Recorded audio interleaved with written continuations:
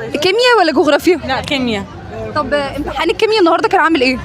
كان صعب بصراحة، بس كان أحسن من العربي. احسن من العربي، بس هو مش كان سهل يعني، بس احسن من العربي بكتير يعني. الوقت كان كافي؟ في المظبوط. يا دوبك يعني لحقتوا تظللوا؟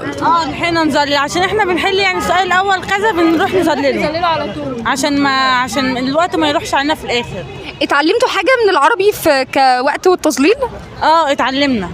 اتعلمنا ان احنا اول ما نحل السؤال كذا نحله، ما نسيبش البابل شيت لاخر ربع ساعه عشان الوقت ما يروحش.